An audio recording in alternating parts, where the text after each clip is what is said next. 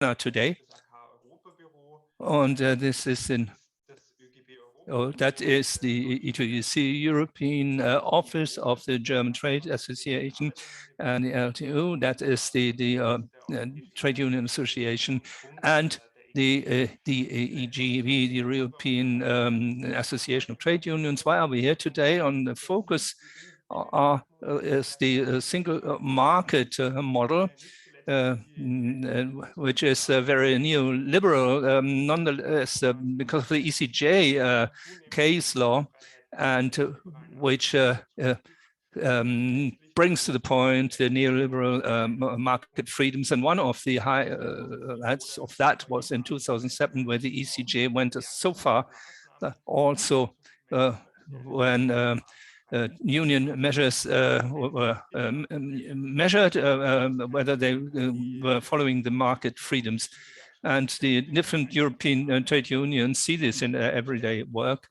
There is pressure, increasing pressure on social rights and the public infrastructure and wages. So while we're here, we want to present a solidarity alternative to this model, that is the European Pact for Social Progress. And this is going very far with a new solidarity model for the market that would also correct the case law of the ECJ. And this report has been presented by the Austrian Trade Union Association, German, and the LO, and then had been drafted into a study by Professor Rödl from the Free University of Berlin. And we want to discuss this solidarity alternative with you, but we wanted to make sure we didn't want to start with the study or legal details in the discussion, but we want to put the workers' rights in the focus, and the trade unions and how they have changed, been changed through this neoliberal nature of the pact. And so we have a panel and with some representatives of the European trade unions. And I'd like to present Klaas Mikkel-Stoll, that's Deputy General Secretary at the ETUC. So the floor is yours, dear Klaas.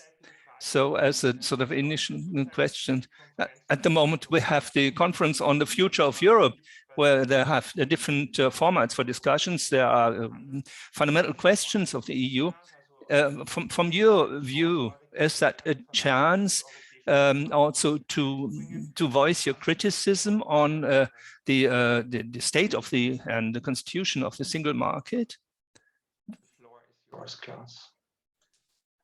Thank you, Lucas. I will come to that. I've actually prepared a little bit of a speech here, so I will start with my speech or my presentation, and which will bring us to that thing. And I would like to start with something, a very basic question. What are politics? Because there are many definitions around, and some, like Olof Palme, the former prime minister in Sweden, he used to say that it's about a will, the want of something, a will to change something. And others, like a former colleague of mine, for example, he said that politics is about repetition, that political change demands that you repeat your demands over and over again, day after day, year after year.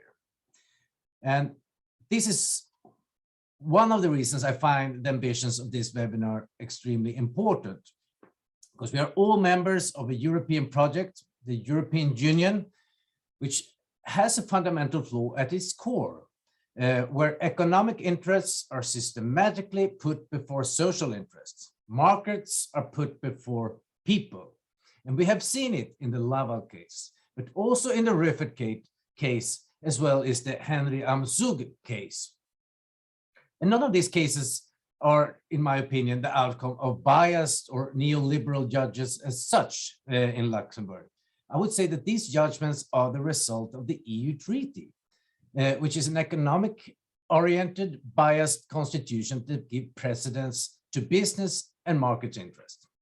And this needs to change, and that's why a demand for a social progress protocol is so important. And it is a demand that must be repeated day after day, year after year, the EU treaty has to be changed. And I believe that we're leaving the world of yesterday behind us. And the religious belief in markets, the idea that put markets before politics and people will soon be ideas of the past. And the pandemic and everything that it has brought with it will not only change labor markets, but also the relationship between the economic and the social in all walks of lives. And in all walks of lives, we see the return of the state. And this is a time of opportunity. And the conference on the future of Europe could also be an opportunity. And as you probably know, the idea is to engage citizens and civil society in these discussions about our common future. And as you also might know, citizens and organizations can put forward proposals and have them and be supported in those proposals. And two of the most supported proposals at this moment comes from a building worker in Sweden, and one comes from my organization, the E2C. And they both concern the imbalance between the economic and the social dimension with the EU. So there is a broad interest among the civil society in these issues. However, the importance of the conference seems to be somewhat uncertain at this moment.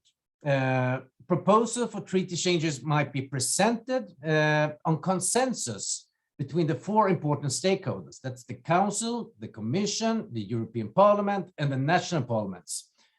And to what extent there will be such a consensus, well, that remains to be seen. But no matter what happens, it is clear that citizens and civil society at large also want to rectify the imbalance within the EU. There is a clear will and a want to change. And it is in this context that this webinar takes place.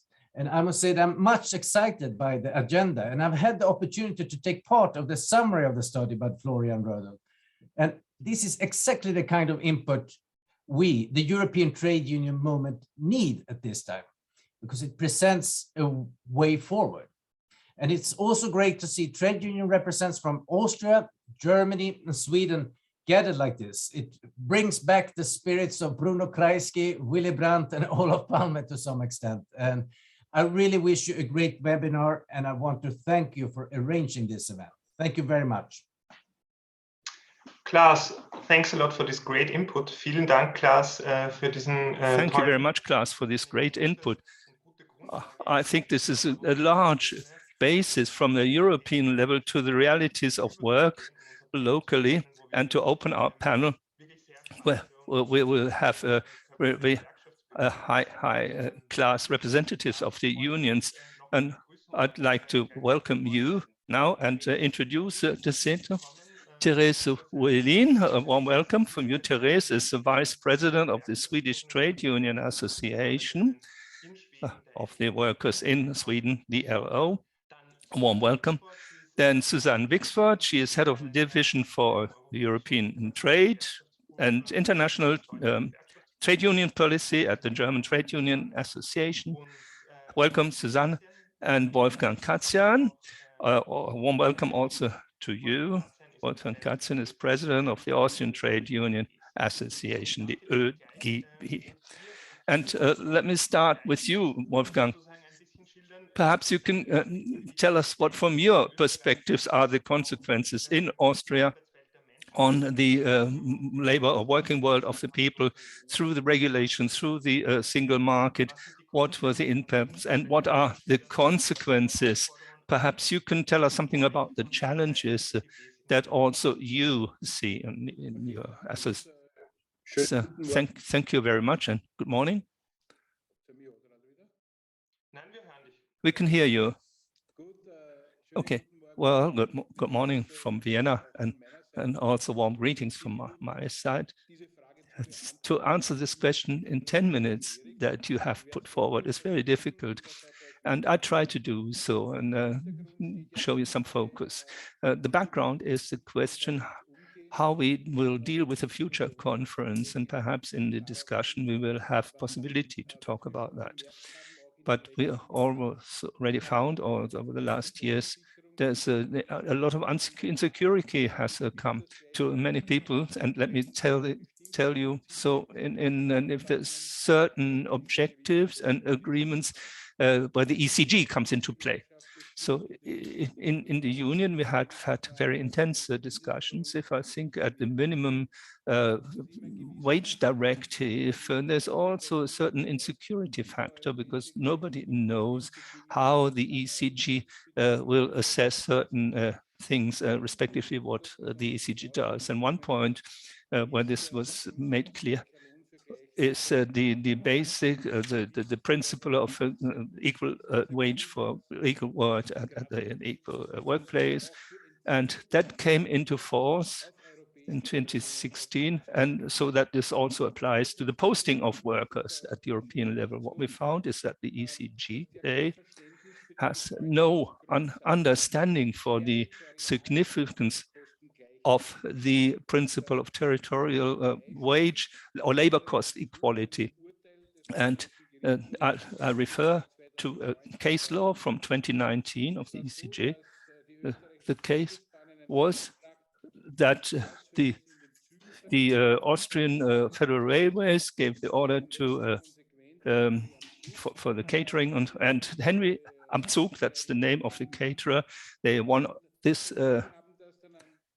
job, and they passed it on to Hungarian subsidiary, and they passed this on to a personnel service provider, and the Hungarian office then that was passed on. And why was this? Because the minimum tariff or wage in Austria would have been 1,400 euros gross, and in Hungary only 712 euros were paid to the employees. That is half of what Austria would have paid. And the ECJ had to clarify whether the Hungarian workers were posted workers in accordance with the Posting of Workers Directive, and whether they were therefore entitled to the same wage in Austria as the Austrian workers for the same activity. And the ECJ ruled that this was not the case, as the workers start and end in Budapest, and that the loading and unloading, as opposed to the onboard service, is the essential part of the work. So that is, the train starts in Budapest, goes to Vienna, travels through the whole of Austria to Munich and back again, but the essential work according to the ECJ is the loading and unloading and not the work on the train, which is why it is okay that the Hungarian colleagues earns half as much as the Austrian colleague. And this is complete nonsense, because you cannot explain this to anyone. It's incomprehensible. It not only baffles the commission and experts.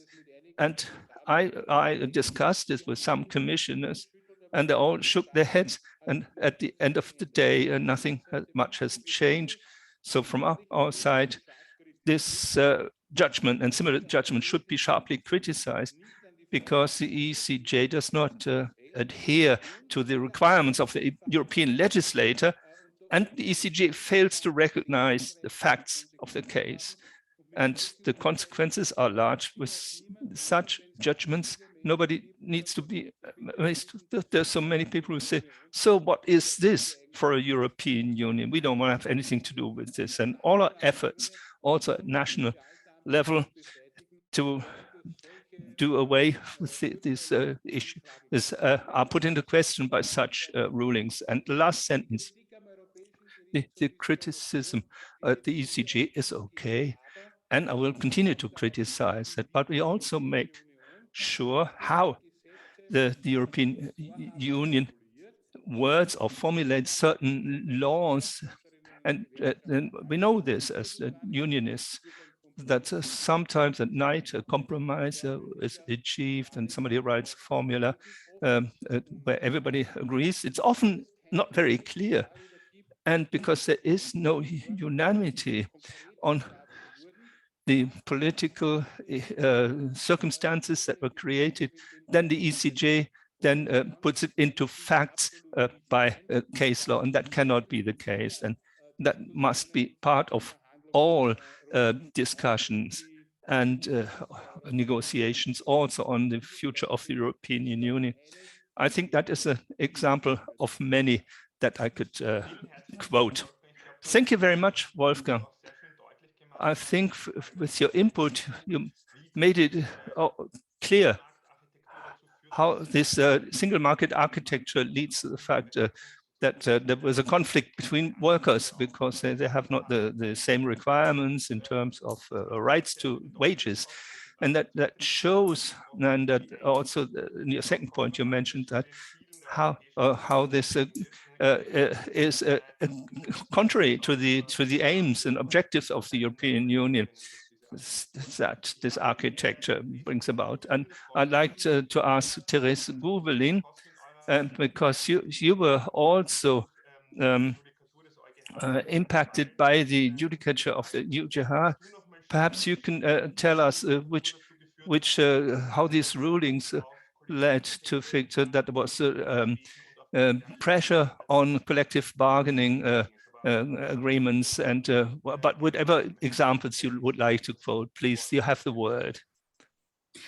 Thank you very much, Lucas, and thank you for the invitation on this important matter. I will give you 3 concrete examples, but first I would like to dwell just a little bit about the protocol.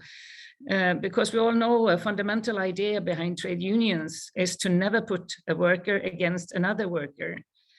Because if we start doing that, competing with each other, we can never stand up for our rights towards the employers. And for us in Sweden, we call it a part of the trade union vow. And it's also one of the fundamental ideas behind the Social Progress Protocol. Equal treatment on workers, regardless where they come from, is a prerequisite for strong trade unions and for a social Europe where competition with bad working conditions and low wages is a no-go. The EU is already in a common market with free movement of goods, services, capital, and labor. How we regulate this market affects which groups in society that become winners or losers. And this also determines whether the cooperation becomes acceptable or not. If the EU regulatory framework facilitates or at worst promotes competition with low wages and bad working conditions, the EU has no future. It is about this issue that the debate on the social Europe should focus.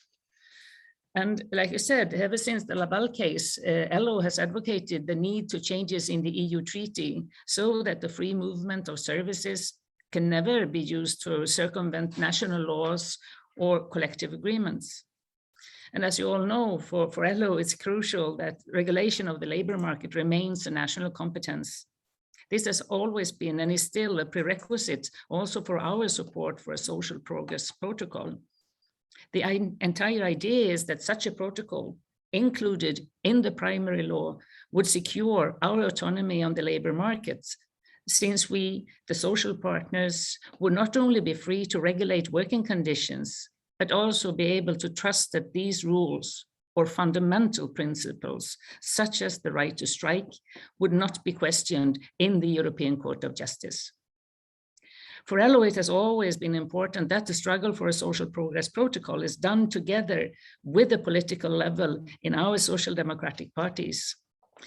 This is the possibility we have to make an actual change, and therefore it is very uplifting that we now have at least 2 strong social democrats leading Sweden and Germany. However, I have to tell you, in Sweden, there is very little appetite for a treaty change at this stage. And this has also been clear in the discussion of the Conference of the Future of Europe. I believe there are different reasons for this. One is for sure the fact that the influence also from illiberal democracies could lead to bad changes. But another reason is the worry that we and others see linked to how the EU institutions expand its project in the field of labor market and social policy to the detriment of our labor market model. Opening up the treaty would then also be a possibility for those who would like to fill it with other things that only the Social Progress Protocol to try to do so. So hence in Sweden, there is an important reluctancy. So the concrete examples then.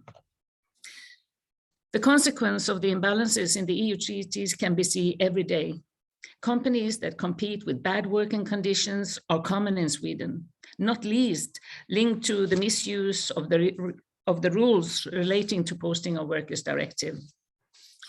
Sectors such as construction, transport, hotel and restaurant and cleaning sectors are affected. LO and our affiliates have worked with these issues over many years. For instance, Byggmarknadskommissionen, it's a commission in the construction sector. It maps out and analyzes criminal activity, identifies systematically fraud related to the rules of posting of workers. And the recent investigation of the sector confirms this. About 5 to 30% of the construction workers in Stockholm are without a work permit, most of them employed by companies from Eastern Europe. And 80% of the companies are breaking the rules or collective agreements. Many avoid following the tax rules and the law applicable for posted workers. Others do not pay social security fees and does not give their employees the benefits according to the applicable collective agreement. Another example is how we combat it is that the Swedish Social Democratic government this autumn announced a new delegation in order to combat work-related crime. This is one of many initiatives that aims to eradicate the growing problems with work-related crime, such as fraud, tax avoidance, labor exploitation in Sweden. And the task for the delegation will be to increase the knowledge about work-related crime and as well support relevant authorities that coordinate the work to combat it and uphold the law. The delegation will also work closely together with the social partners in order to find the most efficient and sustainable solutions ahead. And Claes Mikael mentioned Kim Söderström. He is a local trade unionist working in the constructing sector in Sweden. And he put up, like Claes Mikael said, on the platform for the Conference of the Future of Europe, a proposal on a social progress protocol. It has many endorsements. And please, I hope that you will also endorse this from Kim Söderström. Carla will put the link in the chat, because I think that his initiative can, with our support, actually show that EU is possible to influence to the better, and that trade unionists at local level have an extremely important role to play when it comes to combating inequalities and social dumping emanating from a liberalist internal market. To conclude, social inequality on the internal market is closely linked to exploitative labor practices. And as said in the beginning, a worker from somewhere else in the EU that come to us for work should of course be treated equally as a worker permanently based in Sweden. Otherwise, workers are put against workers, and that must be avoided. We're also aware of the fact that the present system, which allows competition with bad working conditions, also risk inflate the suspiciousness towards posted workers or migrant workers. Thus, populists, xenophobic parties will make use of people's feeling of powerlessness to raise support for closed borders and less EU. And this is not the solution and not the future we want. Therefore, let us continue our struggle towards a social progress protocol together. Thank you. Vielen herzlichen Dank, Therese. Thank you very much, Teresa, for this great input. I think you showed really well the contradictions in the change of the treaties, that this is necessary in order to master the challenges that you talked about, but that is not a one-way road for progress measures. And thank you very much also for us to intervene and support. Yeah. Let me give the word to Sanne Wixford. I'm really looking forward to what's the impact of this architecture is in Germany specifically, and also what your perspective on the conference on the future of Europe is. Yes, thank you very much, and hello everyone. I'm very pleased have been invited to this exchange of ideas. I think it's extremely interesting, in particular also the specific examples from the countries. Now, I have to bring some irritation into, so we don't all go into a negative direction, although Teresa was very positive in the end. So I wanted to ask, so the EU, the neoliberal model, now we have to ask ourselves, who is the EU? We have the member states on the one hand, with the counterpart of the European Parliament. And in Germany, I find that the member state, that is the government, has a very hybrid face there, because many measures are being made at the level of the member state without any requirement from the EU level, which you could call neoliberal. So Berlin is an extreme example where, for instance, all flats were sold, and dwellings that were owned by Berlin were sold, and now we have a lack of apartments, in fact, a lack of housing. And we say, okay, that's the neoliberal model of the EU, but in reality, nobody has forced Berlin to do that. And the other example is the wall of shame, that we call it. That is a big shopping center at Potsdamer Platz in Berlin, where it was showed afterwards what sort of incredible work conditions were imposed by the subs. And so that could happen without that was based on European regulations. According to the new regulations, of course, you could take some measures in terms of labor and social political measures, but only the cheapest offer was being taken. And we can support and have to strengthen the power of the state to create, and that's what we always demand at the German level. And as Klaas Michael said correctly, when the state wants to use its political will, a lot is possible at national level without having to blame the European Union. And I think on the Austrian regulation on the strengthening of the social partnership, and therefore at European level, we have a lot of demands and at the Commission to increase and strengthen social partnership. I just wanted to put in the right context. It's not only the EU, but we as a member states, we contribute to that too. And the last point is talk about the role of the ECG from a different angle. We have researched the case law of the ECJ, and we come to the result that wherever a harmonized law exists, the ECJ also supports the further development of positive rights. And so we think of the social security for migrant workers and work protection, ASSE. There are procedures against member states who do not fulfill these requirements fully. So you have to take a very close look also at what the ECJ, which direction the ECJ takes, but the basic principle is basically pro-European in terms of the freedom of obstacles to trade. And as Wolfgang Katzian showed, then we have such absurd judgments in terms for virtual workers, this is in the incredible developments that we see there, and that they have to be stopped.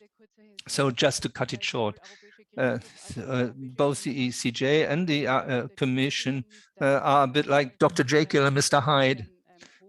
On the one hand, we have a positive face, and all of a sudden you have a very negative aspect, and that needs to be made better. And from our view, the European social rights are an important step in this direction.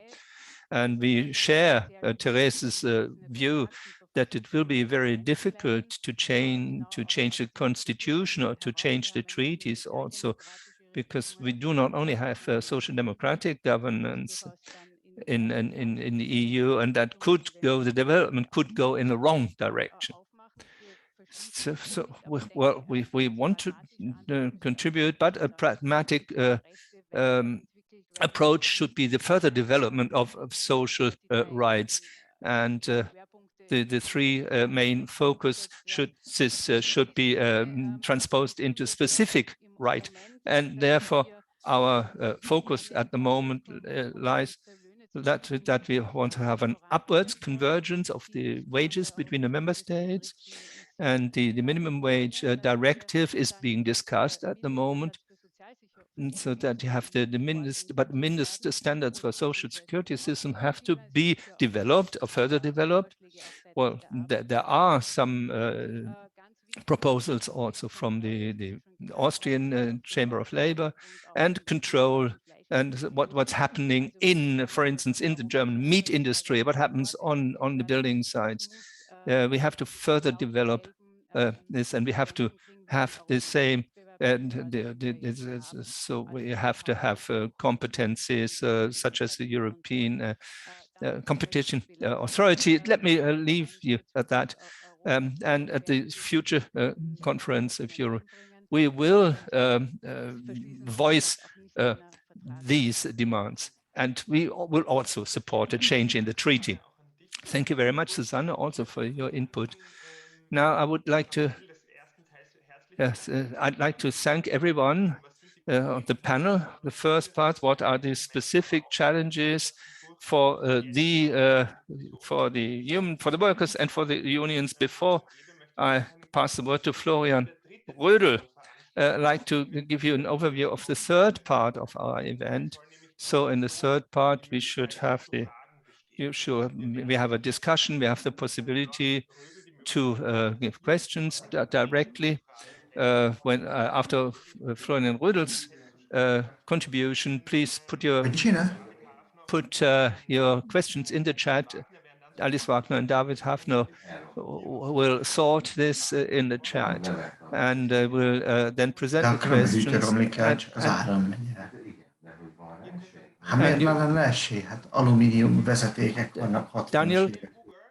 Daniel Burger, could you please mute yourself? So then there's a possibility to, apart from the specific questions, you can give general contributions on the questions of today's event.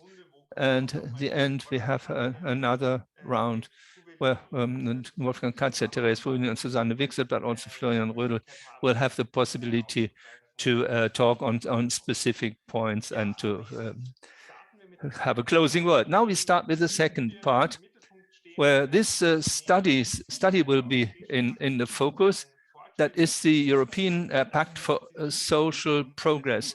So Professor Rödl has drafted this study. So Professor Rödl is a professor at the Free University of Berlin for labor law, social law, and civil law, but also with a strong connection to European law and European questions. Now, before we lose any more time, Florian, perhaps you give us a word on the role of the ECJ in this construction of a liberalist single market constitution, and then deal with the question of what alternatives that we present with the European Pact, and what problems could be solved specifically with this. Florian, the floor is yours. Yes, thank you very much for the invitation and the possibility to present this study here.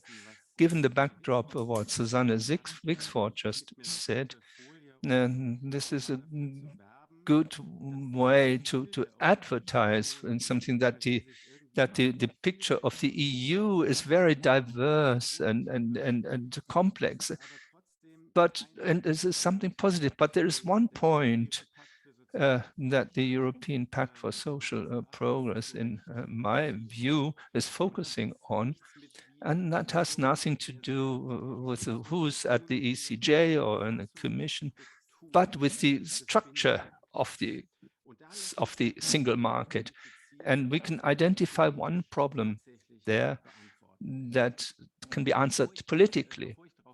And before I deal with this, what you asked me, dear Lucas, just let me show the way to make it clear that it's really worth to focus on this aspect, because this is on elementary questions for unions and dependent employees.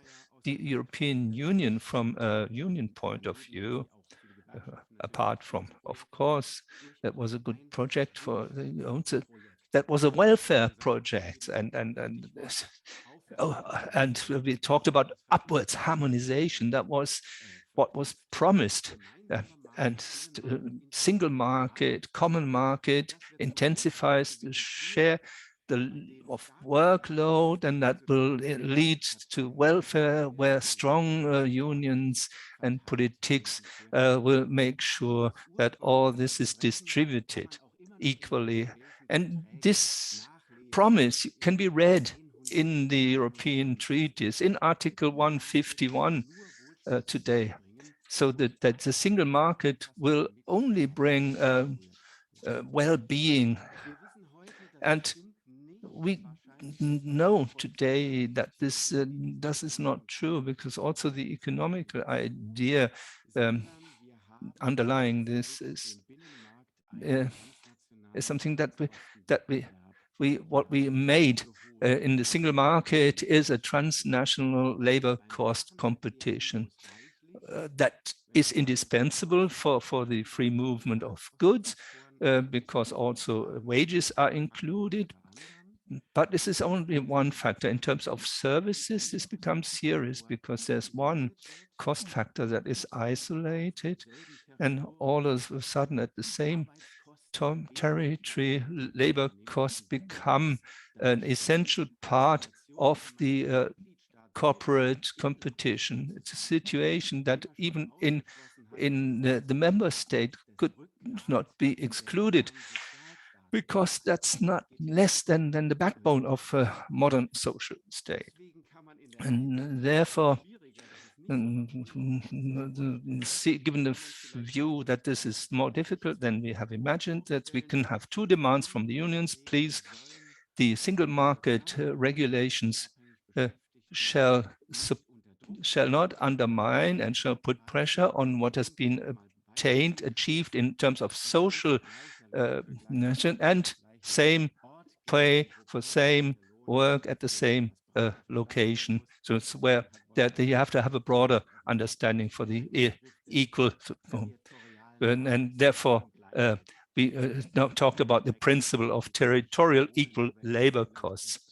But it's perhaps more precise. So on the basis of that, what the rights and demands of dependent employees cost must not compete with each other. That is the problem. But the single market constitution is set in such a way that it is very difficult to find just, or to bring about these and realize these two principles. And this is where the ECJ comes into play at 2 points, where I also have to say, contrary to some views that we have heard, those were historic moments where the decision of the ECJ was important because there was no political requirement, and it was to the detriment of social balance. So those are two marking points. That was a wrong decision. The first one is that the market freedoms that integrate the single market, that if you have protective regulations or transborder to detriment of the transborder trade and traffic, you can go to the ECJ if they're not justified. And we had two models there, market freedoms to be understood as entrepreneurial rights to liberties, or market freedoms as equality rights. So the ECJ said those are freedom rights, and that has the consequence that companies always have two possibilities. They can go to the national courts and they can complain about regulations in the public interest, also in terms of the labor and social state, because they complain because these are obstacles to their entrepreneurial freedom. And if they do not assert this at national level, they can bring the same issue to the ECJ, and whether the ECJ has a different view. And often enough, they're lucky, and the traumatic event from the German perspective was the Rüffert decision, where 2 years before the federal constitutional law said this was in conformity with the constitution, and then the ECJ contradicted this. And that is the problem of the concept of the market freedoms. The alternative is equality rights, such as the European Pact for Social Progress defines it. They have a completely different role. They should not defend entrepreneurial freedoms against state regulation, but only assure that there is no transnational detrimental or disadvantages, that foreign companies can work at the same, or workers have the same, can work under the same conditions as the local workers. And then the market freedoms would have their own role and would not just be a second entrepreneurial test for freedom. And that is one of the very, very basic problems of the single market constitution. And as case law exists as it is, this will continue, and therefore a correction in terms of constitutional right is required. And the second is also linked to the first. So given that these market freedoms have such regulatory power, it is very bad that the ECJ did not understand or try to understand that perhaps this deregulatory force would need limitations when it's about labor and social rights. And that was one tried to make this clear in this decision on Weichel and Laval. What this is about is this deregulatory power of market freedoms makes sense in terms of integration, because it said, member states, you must not follow or national interest. Please sit together and create a union-wide regulation. That was the principle when the market freedoms were created. But that means that there should be a competence at union level, and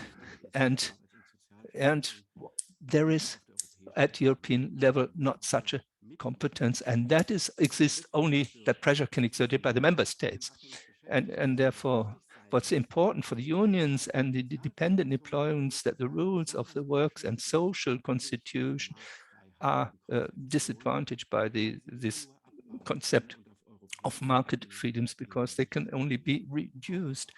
And as we heard from what Therese said, that also does not only apply to the member state regulations, but also the collective bargaining autonomy, and that is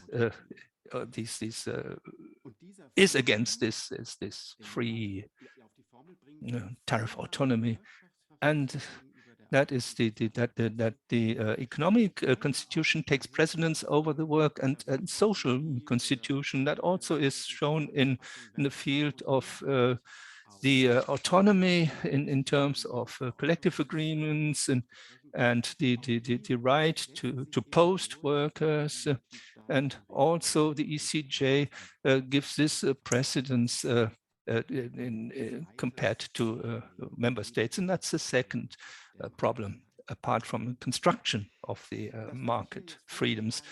What I said now, that can be understood as a scientific analytic foundation of what the European Pact for Social Progress intends to do.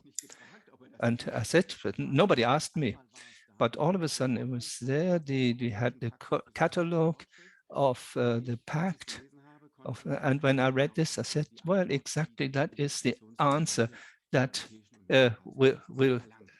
is required by the dynamics of integration of the European Union. And therefore, it was good that I drafted and worked on this opinion. So let me accentuate this briefly. The European Pact for Social Progress, with the demands and claims that the fundamental freedoms should only be equal rights, and that transnational competition is excluded based on labor costs. According to my understanding, it's a good continuation of the protocol on social progress that was meant as an answer of the European Unions against in the Laval Quartet.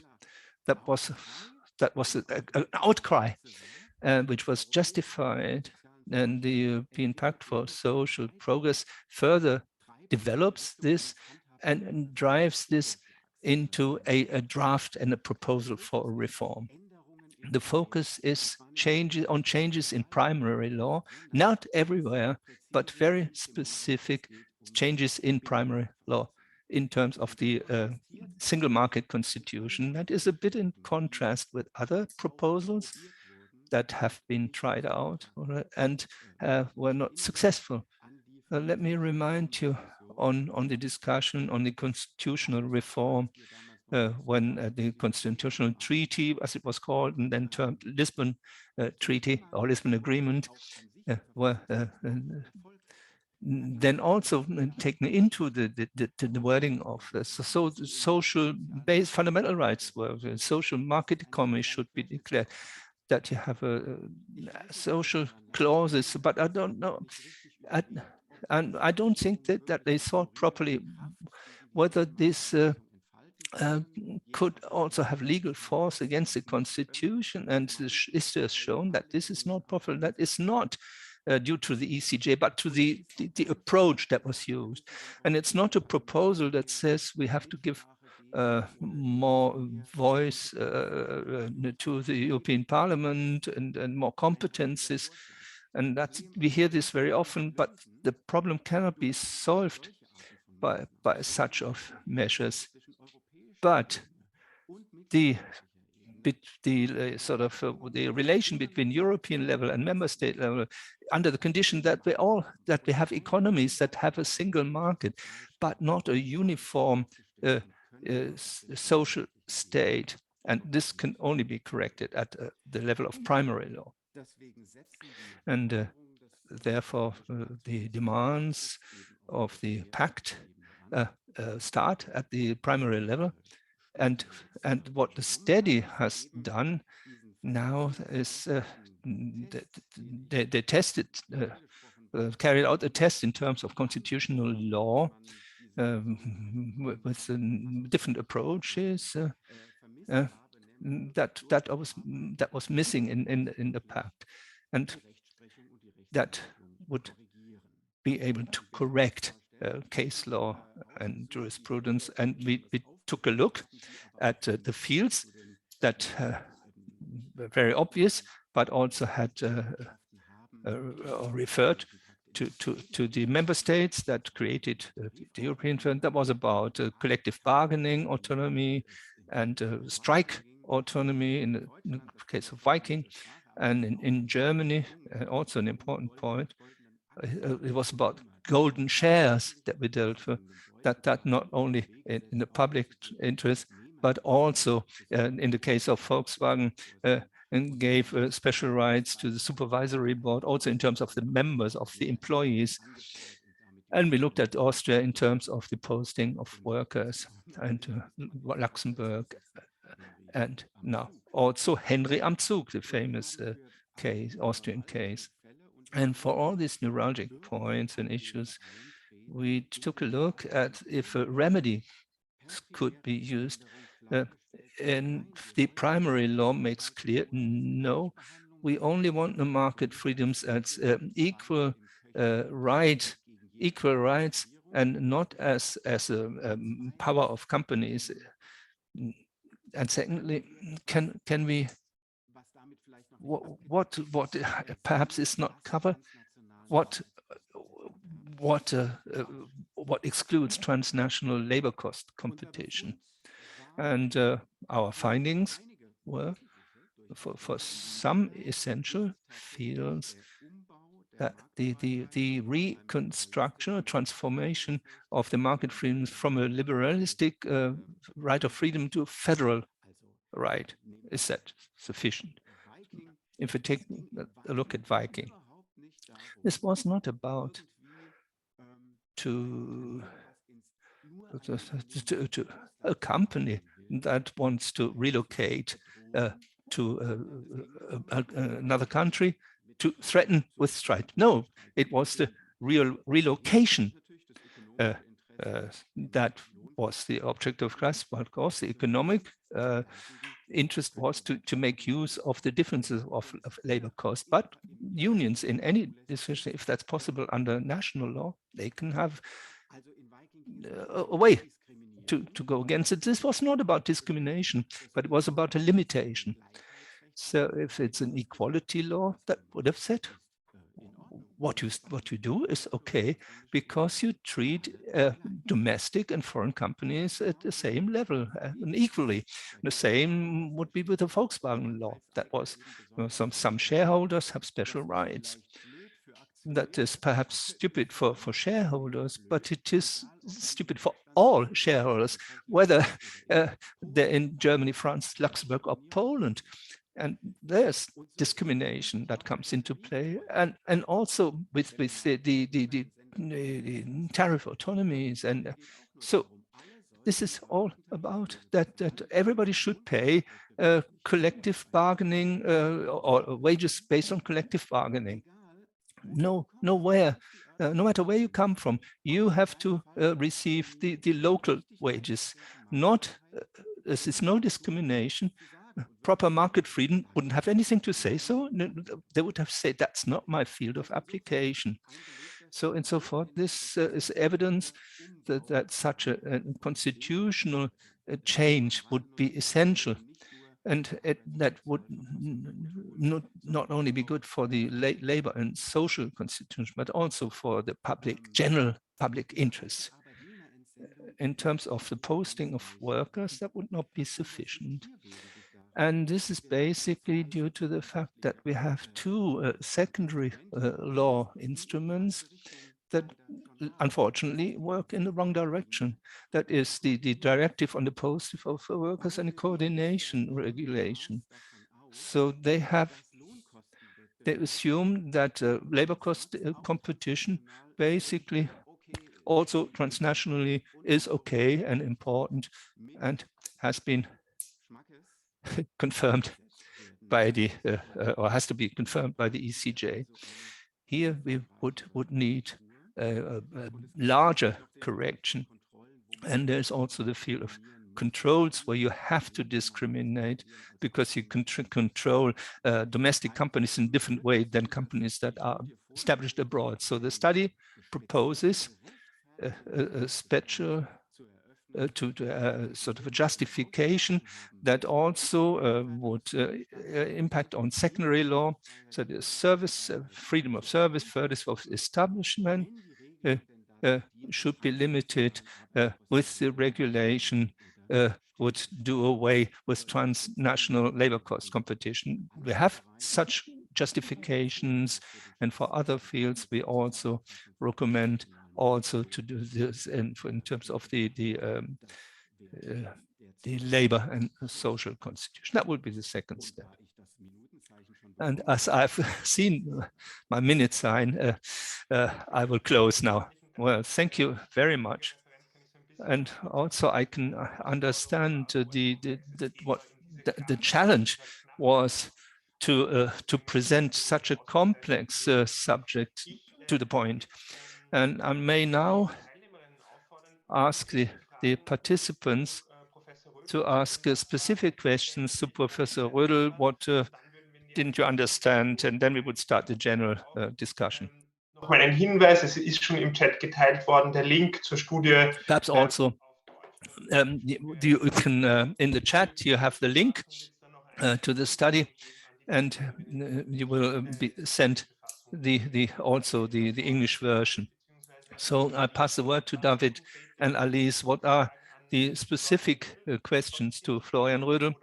Or if you only have a few, then we can start a general discussion. David and Alice. Thank you. One question to Professor Rödl. That was on the Monti II regulation, and a point was the general discussion in the chat.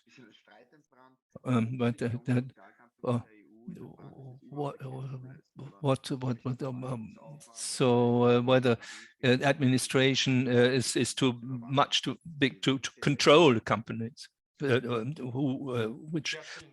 who is being paid what wage. So Florian, perhaps you could answer these questions. Yes, thank you. Let me remark, give a remark on the Henry am Zug. And that has had much attention in the chat. So the problem that also applies to Germany, that is the application of our minimum wage law on lorry drivers. That is the parallel problem. So now, if Wolfgang Katzin said in the commission, they were baffled. But he perhaps only talked to some of the commissioners, because the commission fights and combats the application in France and in Germany of our minimum wage laws to lorry drivers. And the case law is more precise. Unfortunately, it's a difficult case, and I will leave it at that. This is about this is not a posted worker relationship, because the lorry drivers and those working on the trains have no workplace, and the private law says that the lorry or the train is work equipment, but so therefore it belongs to the where the loading and unloading takes place. I think unfortunately the ECJ is clear. There could have been a possibility to convince the ECJ that the workers posting of workers directive is not applied, and so forth. So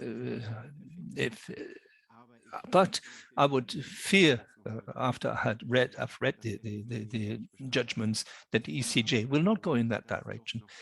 But it perhaps would be worthwhile to try this. So we haven't used all arguments now, not yet. Well, the Monti II regulation, that is that goes to the sort of efforts that in other ways than changing the single market constitution, you can deal with the problems or master the problems. And I already mentioned two other points or measures that were not practical. And so I said this before, so to bring new words into play and new regulations of priority, that wasn't any good. And well, this Monti II regulation or ordinance, and if it had would have taken out the workers' rights or social rights from these priorities, that wouldn't be. It would be too narrow. That was the problem of the National Progress Protocol from. Because when you thought that the blockages against single market regulations could be worded differently in terms of social rights, but not all that workers and employees have achieved cannot be cast into fundamental rights. It's the same problem.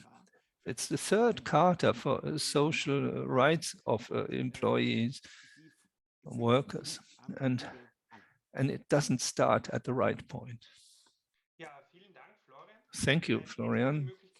Now you would have the possibility to ask general questions or join the discussion on the chat, and we then would go in a final round where Wolfgang Katzer, Therese Oblin, Susanne Wigford, and Mr. Rödl would have possibility to talk to your discussions, but also to make it clear what they want to contribute to the discussions that we had so far, and to bring in additional points in their concluding statements on the general question of the future of the European Union.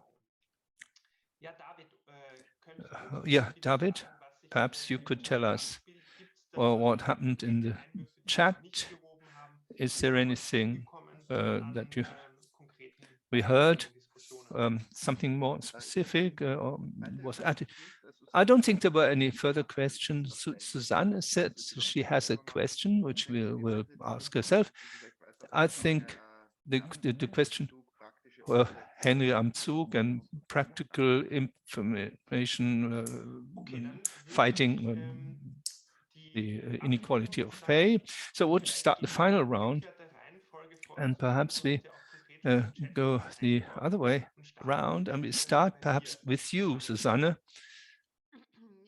Yes, okay, specific questions, still with Henry am Zug and the entire field that Florian Rödl mentioned, the lorry drivers, but also airline traffic.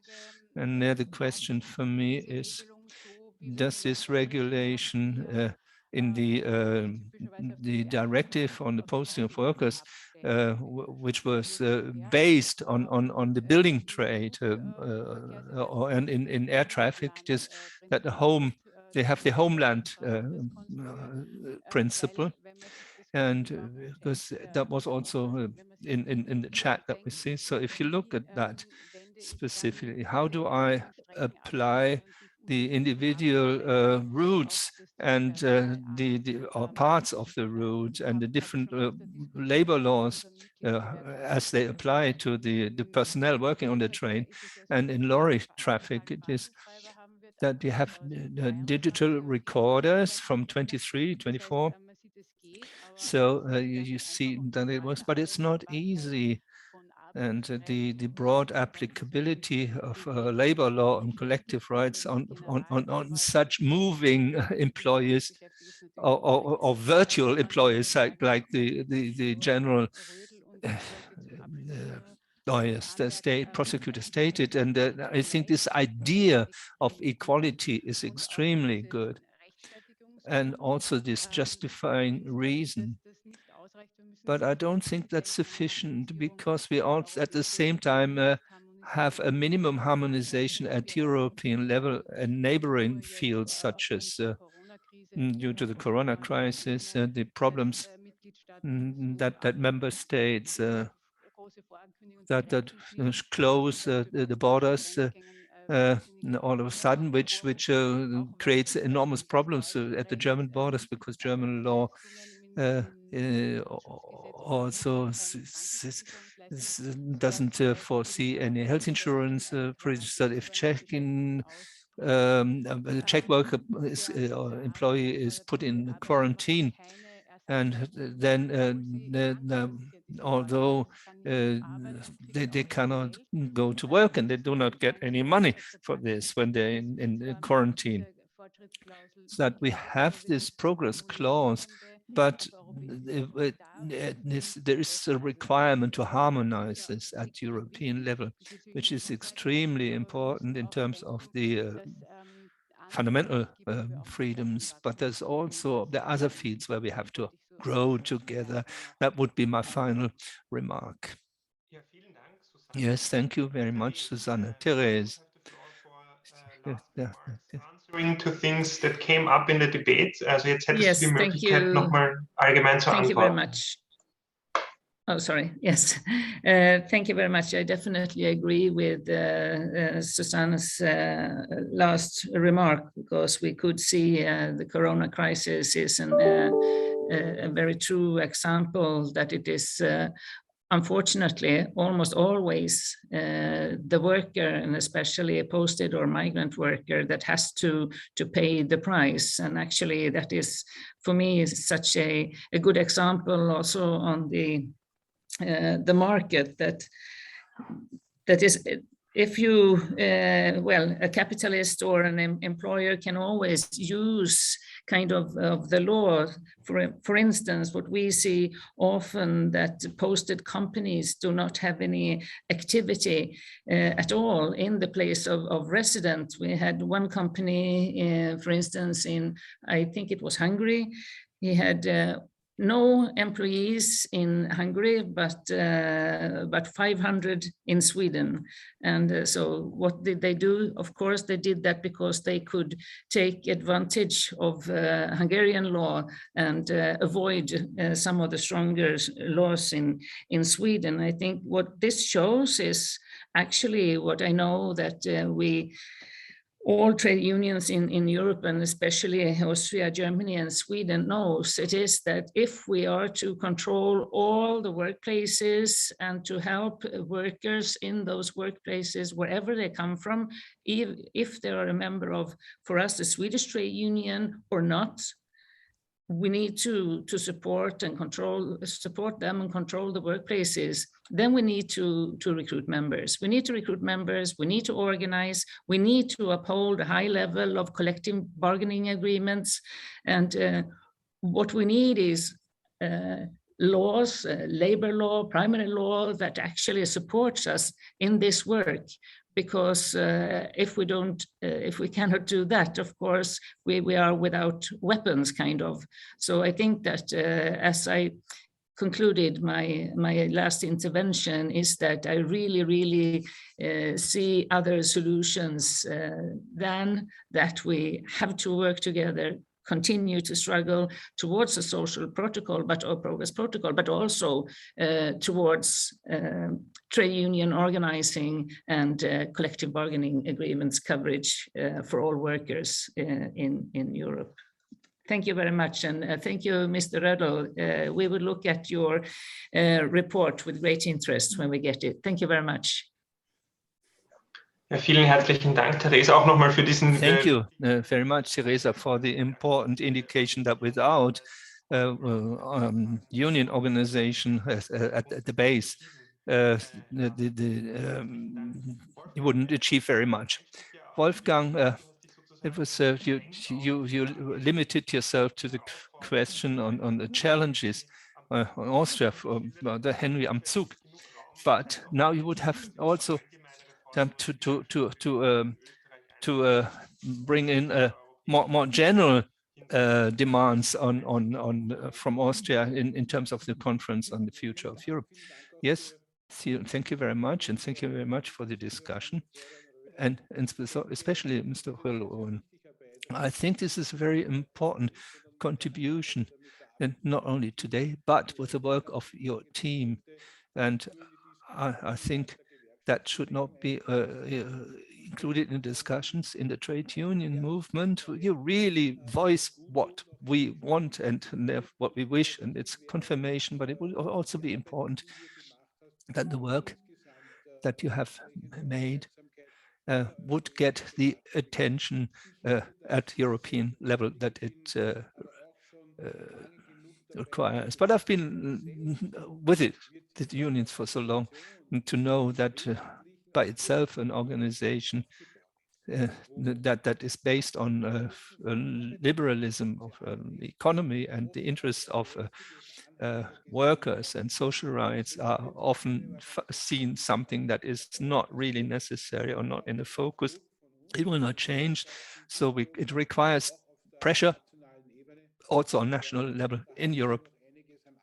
And there's some work that we still have to do. So do we have the future conference? Conference on the future of the European Union. That's about the question: what is the role of social rights in the future of this European Union? And as I said at the beginning, when we had the vote in Austria, the question was: am I for the fact that Austria joins the EU? And said, yes, we are for it because we stand for a social Europe, and we fight for a social, for Europe of people, for a Europe which is worthwhile to live in, which is worthwhile to work in, and where not the one is person is used to the detriment of the other.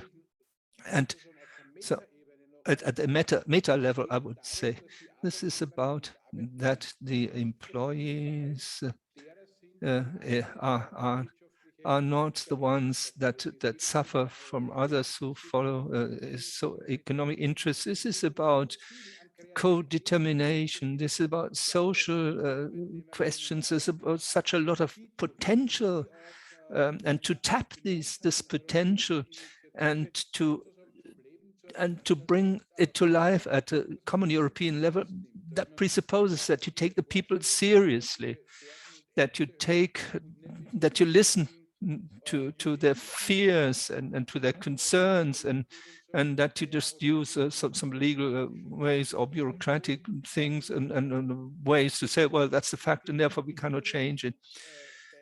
So the Henry am Zug examples that I brought, I also mentioned these because it's not a secret.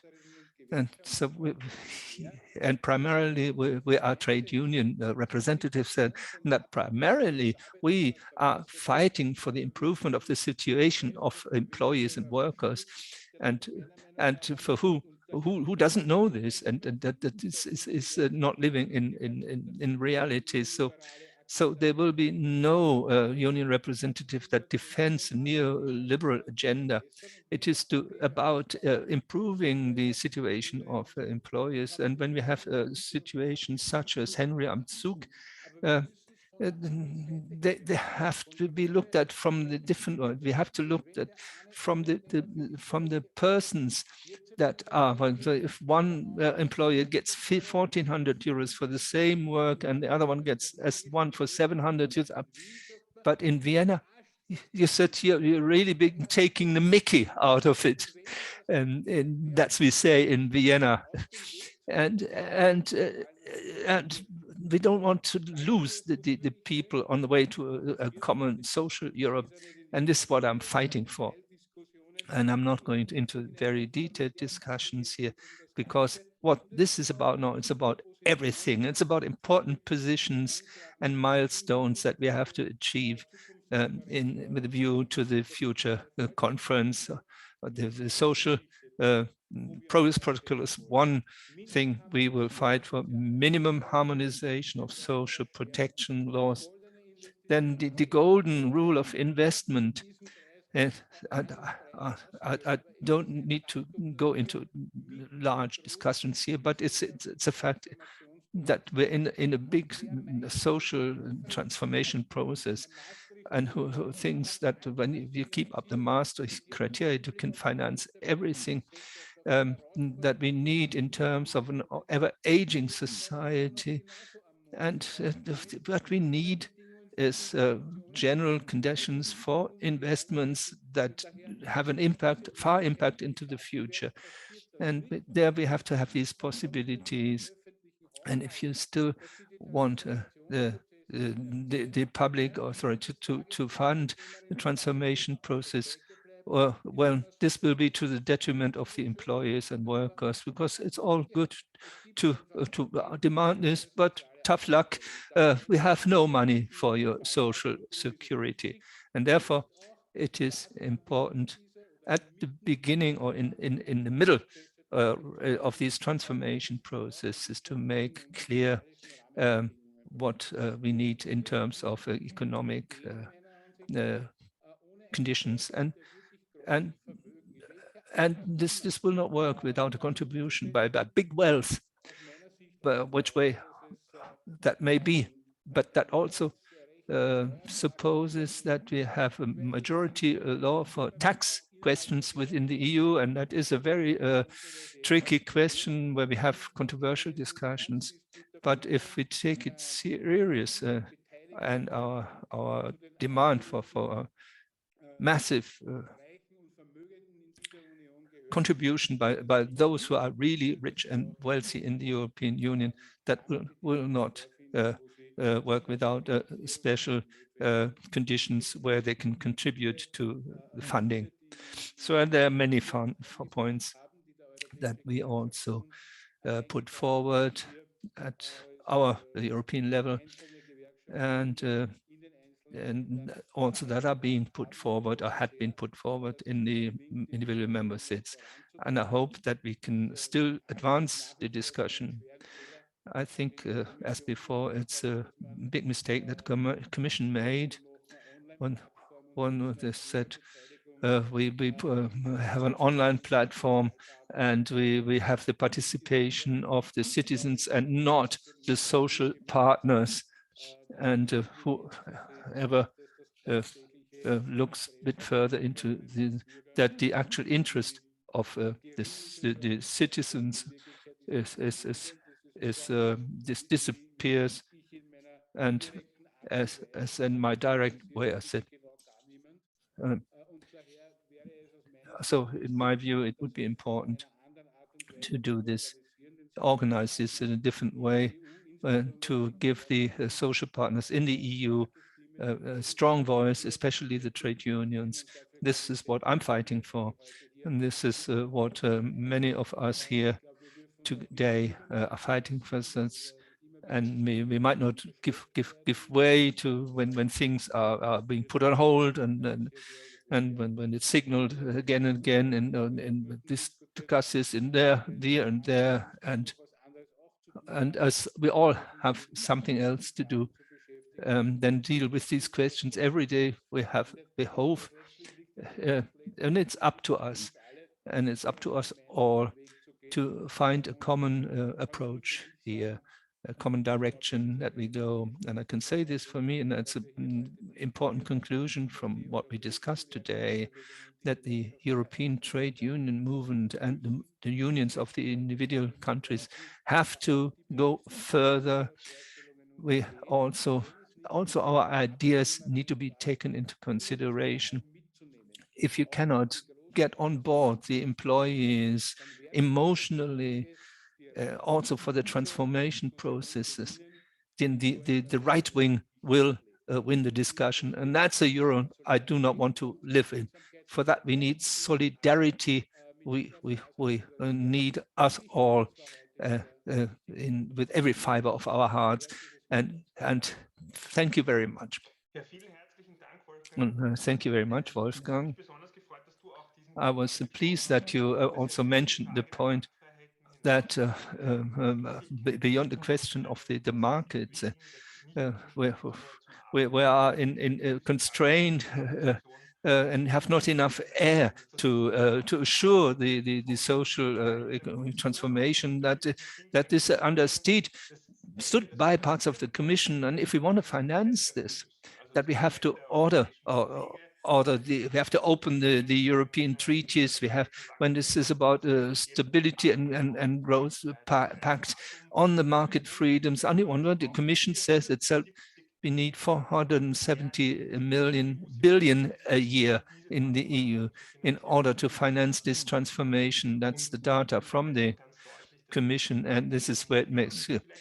And it's perhaps it is also a lever that can support the future, that we have to open the European treaties in order to master the challenges of the future. And also very important, that European internationalism at a broad level only works when at an emotional level, when they understand, the masses understand that the euro works, as and that also the question of the taxation of big companies are very important, and not that the neo-liberal companies or points of view can stop this. So thank you very much, and thank you, and also your appeal to all of us. So become a member of the unions, be active in the union, and so of course the power will change also, but we need the basis, the work at the basis. And Florian, perhaps if some final words, if you would like to, and mention one or the other aspect. The floor is yours. Well, I have 3 remarks. First of all, because Susanne also mentioned that, and I hope this is an interesting point to Henry Amtzug. We have to fight at different fronts, and one is also the legal accompaniment of processes. And in my view, the judges have not asked the right questions to the ECJ. Perhaps the right impulses would have brought us further, because they always asked, so Henry or the lorry driver, does this does the directive on posting of workers apply here? And the ECJ asked international private law without this being and they said no. This is not a working place. It's not a place of work, but it's work equipment. And as this moves, that is not important for us. So given this background, you would have had to ask the question, dear ECJ, given that this is not a posting of workers, we can ask for the wages, the right wages. Then the ECJ would have called the market freedoms. We could fear that a bad decision, but it would have been very difficult, because you have the old final Arte case law that gives broad possibilities. Also, that was what I meant. Perhaps a new effort could be made in that respect. And secondly, I would also like to refer on further difficulties that's got something to do with the Volkswagen law. So Therese mentioned sort of the letterbox companies, so the companies that have no establishment in the member states where they provide the services.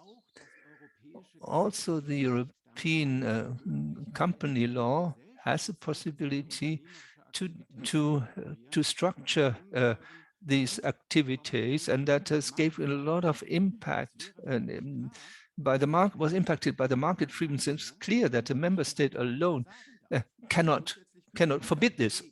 So we could think, okay, somebody who has employees here needs to have an establishment in the country, but every union legal expert will say that it cannot be in line with the market freedoms. So therefore, you would have to find that you will not get an agreement at a European level, because at European political level, we're fighting for the welfare in the different countries. And we can see that one demand, voice, that we have to work together at European level, initiate lawmaking projects, and could work and would work together to reconstruct the single market regulations, because we would have different positions for negotiations, and that would be a dramatic change to the advantage of those who represent the interests of employees and workers. Last point, to the political project.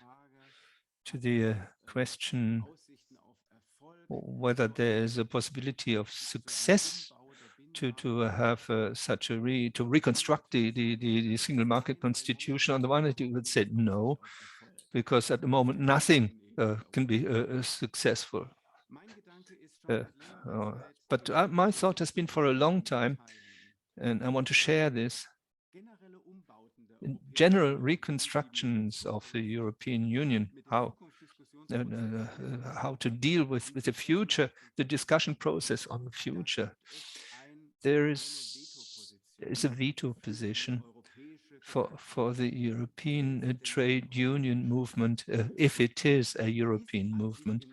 And basically it has the possibility to support this or that reform project if our elementary interests effectively are being realized in the two demands by the European Pact for Social Progress. But that supposes a unified European Union movement. That is a task that needs to be fulfilled. And it also presupposes that you have a clear constitutional project. And that's what this European Pact brings about, that you have this clear constitutional reform that is being demanded here, and not requires that it being said at one point or another that unions are really important. At textual level, we have a lot what is supporting the unions, but we have no hard positions here. And these positions can be made a part of a political compromise, where in the end you say, okay, what we wanted, we didn't get that, but now we're still for this, and rather a bit more integration than more, but have a clear conflict position. That would be my recommendation. Well, thank you very much, Florian, for your final words. I think that underlines the importance of the contribution of your study and the European Pact for Social Progress. What the colleagues said, for this crisis situation that we need transformation law also at European level. We need to think further. We need to think bigger, how to master and how the challenges also in a legal way. And that's a combination of the social and economic question. So from my side, I could only have one task. I thank you very much. First of all, you, Florian, for the participation in this wonderful broad panel of the unions. Also that you dared, and all those the participants and the organizers, and not the last also a big thank you to also all of those who made it possible: David Hafner, Alice Wagner, Florence Orepetti, and without that wouldn't have worked so well. And also thank you very much for all of your work. So the discussions will have to be continued and intensified, and it was elan dynamics that we take on our way today. And thank you very much also all your participants. The studies you will find online in the chat, and if there's a requirement for the English version, you will get it. And thank you very much, and have a nice day. Bye-bye from Vienna.